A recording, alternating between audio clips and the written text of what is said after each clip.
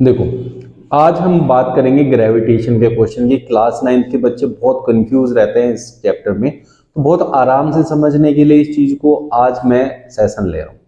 तो सबसे पहली बात क्या होती है कि इसमें से कुछ इंपॉर्टेंट क्वेश्चंस को डिस्कस करेंगे, जिससे आप लोगों को पता चलेगा कि भाई कैसे टाइप के क्वेश्चंस होते हैं। इसमें तो डरने की कोई जरूरत नहीं होगी अगर हमें क्वेश्चन पता होंगे।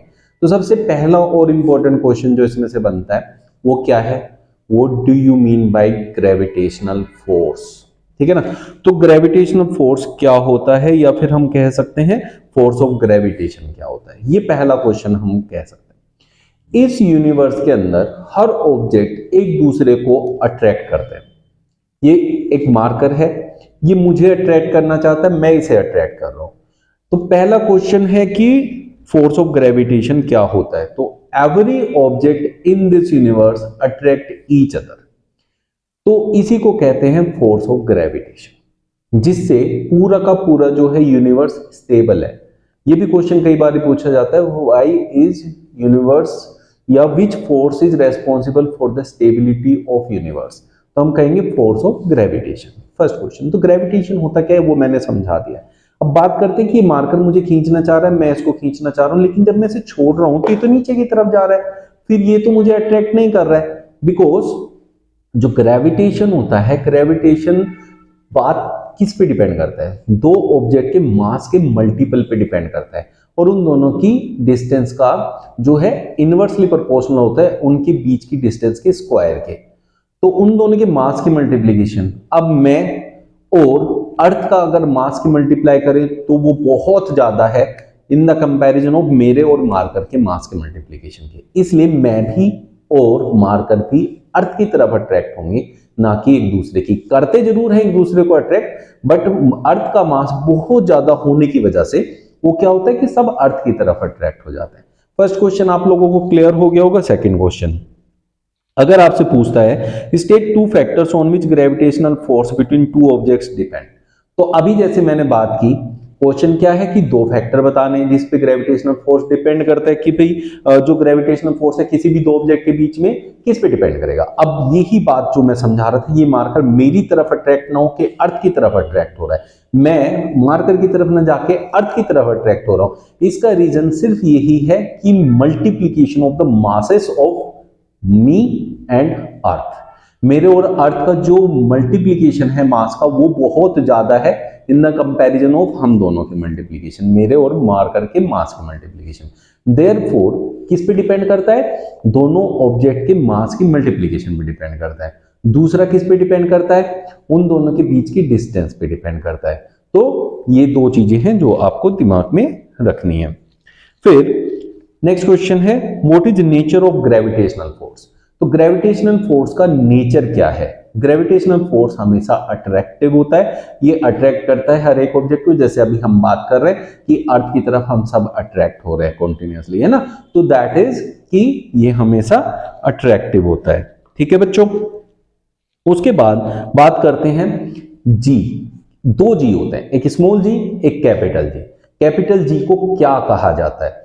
Capital g is universal gravitational constant, universal gravitational constant कहा जाता है। और स्मॉल जी क्या होता है? Acceleration due to gravity.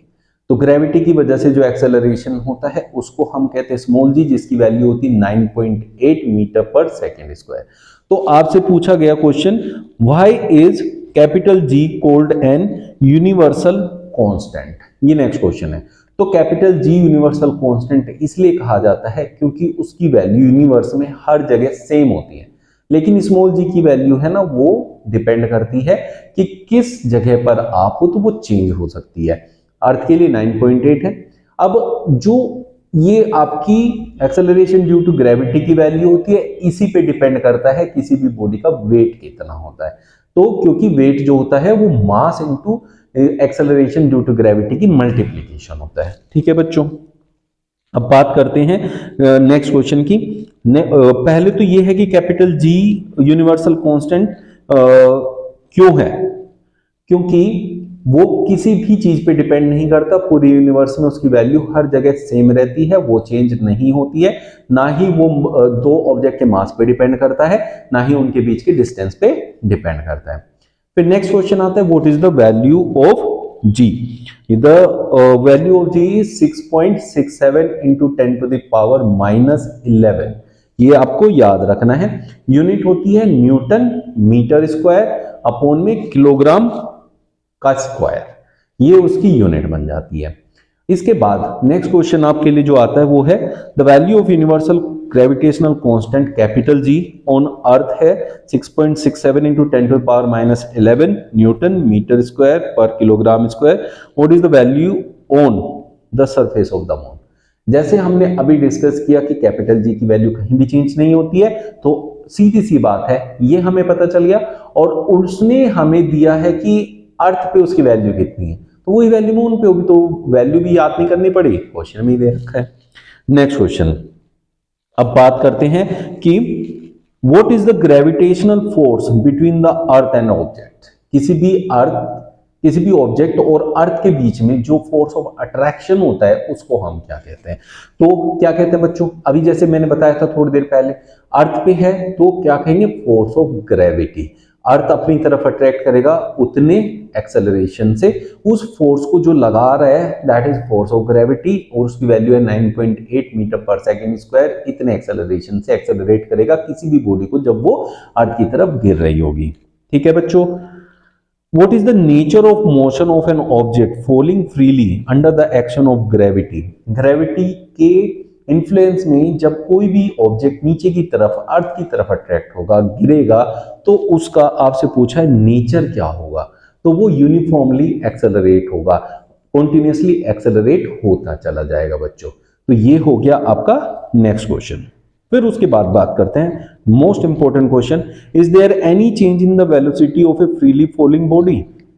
जब भी कोई बॉडी फ्री फॉल में नीचे गिरती है, मतलब उस पर कोई एक्सटर्नल फोर्स नहीं लगाया, बस जो है ग्रेविटी की वजह से नीचे की तरफ जा रही है, तो is there any change in its velocity. Yes, because वो कॉन्टिन्यूसली एक्सेलरेट होती रहेगी, एक्सेलरेशन ड्यू टू ग्रेविटी की वजह से, जिसकी वजह से वो कॉन्टिन्यूसली स्पीड उसकी इंक्रीज होती रहेगी। बिकॉज सबसे जो कंफ्यूजिंग पार्ट होता है वही समझा रहा हूं। एक्सेलरेशन क्या होता है बच्चों, एक्सेलरेशन होता है कि आपकी हर सेकंड स्पीड में कितना चेंज आ रहा है, हर सेकंड आपकी स्पीड में कितना चेंज आ रहा है, उसको कहते हैं एक्सेलरेशन।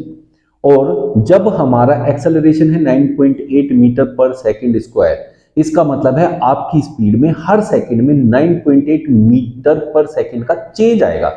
तो जब वो यूनिफॉर्मली एक्सेलरेट होगा नीचे की तरफ गिरते हुए, तो वो 9.8 मीटर पर सेकंड की स्पीड उसकी हर सेकंड बढ़ती रहेगी, इसलिए हम कहेंगे there is a change in its velocity when it is freely falling body. ठीक है बच्चों। Next question, an object is let free to fall from the top of tower. एक टॉप ऑफ टावर से हमने किसी ऑब्जेक्ट को freely नीचे डाल दिया, what is its acceleration and what is its sign. Acceleration पूछा, जब कोई भी ऑब्जेक्ट ऊपर से नीचे जाता है that means it is moving towards the earth, और एक्सेलरेशन ड्यू टू ग्रेविटी, मतलब ग्रेविटी क्या करती है, किसी भी ऑब्जेक्ट को नीचे की तरफ खींचती है। तो इसका मतलब सीधा सा क्या हो गया, इसका मतलब सीधा सा ये हो गया बच्चों कि वो पॉजिटिव डायरेक्शन है, अर्थ की तरफ जा रहा है। तो इसका मतलब सीधा सा हम कहेंगे कि एक्सेलरेशन इज पॉजिटिव और उसकी वैल्यू होती है 9.8 मीटर पर सेकेंड स्क्वायर। बहुत अच्छे से आप लोगों को ऐसे याद हो जाते हैं अगर सेशन ऐसे पढ़ते हैं, तो क्वेश्चन भी आप लोगों को पता चल ही रहे हैं कैसे क्वेश्चन इसमें से बनते हैं। ठीक है बच्चों। When an object is dropped from a height, its acceleration it accelerates while falling. Name the force which accelerates the object. That is force of gravity. Simple सी बात है, ये कई बार पूछा गया इसलिए मैंने डिस्कस कर लिया। ठीक है बच्चों। नेक्स्ट क्वेश्चन वो ये कहता है, a ball projected vertically upward with an initial velocity u. देखिए, कोई भी चीज को ऐसे ऊपर फेंकोगे तो ऊपर फेंकने के लिए आपको पहले उसमें वेलोसिटी लगानी पड़ेगी, तो इनिशियल वेलोसिटी उसमें आपकी कुछ होगी, हमेशा आप देंगे उसको वेलोसिटी। अब वो क्या कह रहे हैं, वो वेलोसिटी आपकी u है, goes to a maximum height h, एक मैक्सिमम हाइट h पे चला जाएगा। आप देखिए इसको, यहां चला गया, तभी यहां जाएगा, वहां रुकेगा, फिर नीचे की तरफ आएगा, उस मैक्सिमम हाइट पे आपसे कह रहे हैं what is its velocity at the highest point. तो हाईएस्ट पॉइंट पे ये रुक जाता है, फिर नीचे की तरफ आता है, तो हाईएस्ट पॉइंट पे हमेशा वेलोसिटी 0 होती है। ये नेक्स्ट इंपॉर्टेंट क्वेश्चन था आपका। फिर उसके बाद क्या कहता है, एक और क्वेश्चन ले लेते हैं। Where is value of g maximum and where minimum on earth surface. बेटा जब भी आपसे ये क्वेश्चन पूछेगा तो इक्वेटर पे हमेशा जी की वैल्यू मिनिमम होती है और मैक्सिमम होती है पोल्स पे, ये याद रखना है, सिंपल सी बात है। इक्वेटर मतलब जीरो, इक्वेटर पे जीरो होता है और पोल्स पे मैक्सिमम होता है, ठीक है। आप याद कैसे रख सकते हैं, पी से, जैसे पोल्स हैं, पोल्स में से पी निकाल लो और मैक्सिमम में से एम निकाल लो तो हो गया पीएम। पीएम मतलब prime minister, P for prime minister, P for pole, M for maximum, M for minister. तो पीएम से आप इसको याद रख सकते हैं, ठीक है बच्चों। How is weight of an object related to its mass, ये नेक्स्ट क्वेश्चन है। जो वेट होता है बच्चों वो होता है आपका जो भी मास है बॉडी का into acceleration due to gravity. तो small m into small g की मल्टीप्लाई करते हैं तो आपका वेट आता है। अब वेट में और मास में डिफरेंस क्यों होता है, because mass is the matter content in any body. किसी भी ऑब्जेक्ट के अंदर जो कुछ भरा हुआ है ना वही उसका मास है, लेकिन वो किस फोर्स से नीचे की तरफ खींच रहा है, उस एक्सेलरेशन ड्यू टू ग्रेविटी की जब मल्टीप्लाई हो जाती है मास में तब वो वेट बन जाता है। इसीलिए वेट अलग अलग जगह पे अलग अलग होता है, मास जो है वो सेम रहता है, क्योंकि मास तो निकल के जाएगा नहीं ना बॉडी में से। ऐसा थोड़ी कि आप लोग यहाँ पे अपना जब वेट देख रहे हैं तब तो आपका सारा मास आपकी बॉडी में भरा हुआ है और जब उस पे गए, मून पे गए तो मास निकल के कहीं चला गया, नहीं, वो आपकी बॉडी में रहेगा। तो मैटर वहीं का वहीं रहता है, इसलिए मास चेंज नहीं होता, सिर्फ क्या चेंज होता है, वेट चेंज होता है। और वेट क्यों चेंज हो रहा है, acceleration due to gravity, gravity में डिफरेंस आने की वजह से चेंज होता है, ठीक है ना बच्चों। ये नेक्स्ट इंपॉर्टेंट क्वेश्चन हो गया।